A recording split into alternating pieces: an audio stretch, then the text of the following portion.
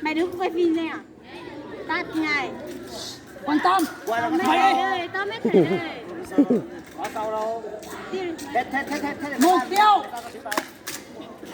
Mục tiêu bia số 4 chuẩn bị. Mục tiêu bia số 4 nằm bắn chuẩn bị. Làm như nào đây? Bước 1 làm theo bước nào. Bước 1 đưa chân phải lên cho thoải mái. Bước 2 tay rồi nằm. Bước 2 đấy, nằm luôn đấy. Chứ mày chưa từ nào. Thế bước 3 ngửa tay lên. Chân thẳng lỏng ra. Bước 3 ngửa tay lên. Đưa cái này vào. Đấy. Là như thật Cầm sao xuống nào. Ô gà số này. Cầm xuống.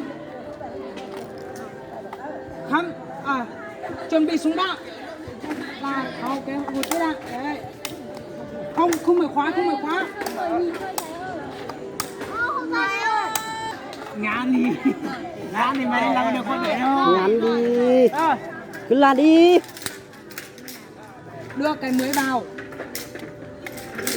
Thì cái đó nó vào. Cầm bên kia, cầm như kia. Cầm như này. Lúc mình đưa đi cũng đưa thế. Sai đâu. Này tôi nói. Rồi. Mở khóa kéo. Khóa vào, đừng có bắn nhá. Khóa.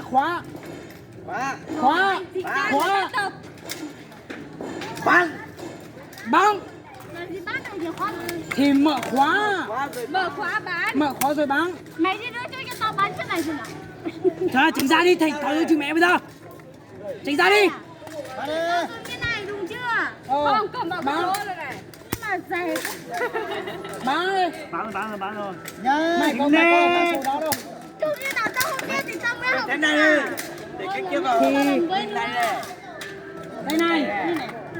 Chỗ này nào. Đây này. Nhiều số. Ngừng bắn. Tức là thả xuống bên như quả này. Khóa lại. Bắn. Thì mình có thể mở lại rồi kéo tiếp. Nào, mình nào người ta làm tập cơ mà. Bắn. Đau tay quá. Con là lùn. Cái này tao sẽ không học đâu, đau tay lắm. Không học thì ra đi. Không xuống đi rồi. Dịch ra người ta đang tập. Tao không cưới tới gì. Cùng tao Không phản xuống lấy đi rồi.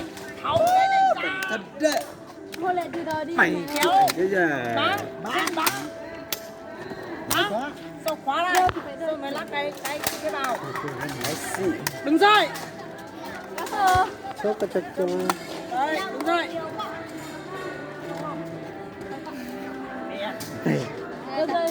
Tôi phải Vâng, quay cái video mới cho tao. Vâng, tao quay. Từ từ, tao quay ra. 1, 2, 3. Bắt đầu. Đây là thành viên mới. Không có ai gọi đâu, có xin đâu mà gọi. Xong. Đây, anh này đạt đua.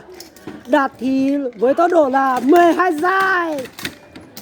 Dùng đó anh tỷ số rất nhanh nên có thể lát xong và bà bãi bao nhiêu giây. Anh Trần Ngọc Biên. Anh Trần Ngọc Chua. Mr. Chua. Mr. Chua. Không biết lắp. Không biết lát.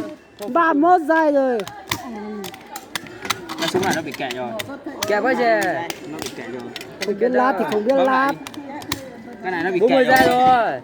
Cái này nó bị kẹt rồi. 1 phút rồi. Bấm lại súng khác đi, đổi súng, toán lại đổi súng ơi.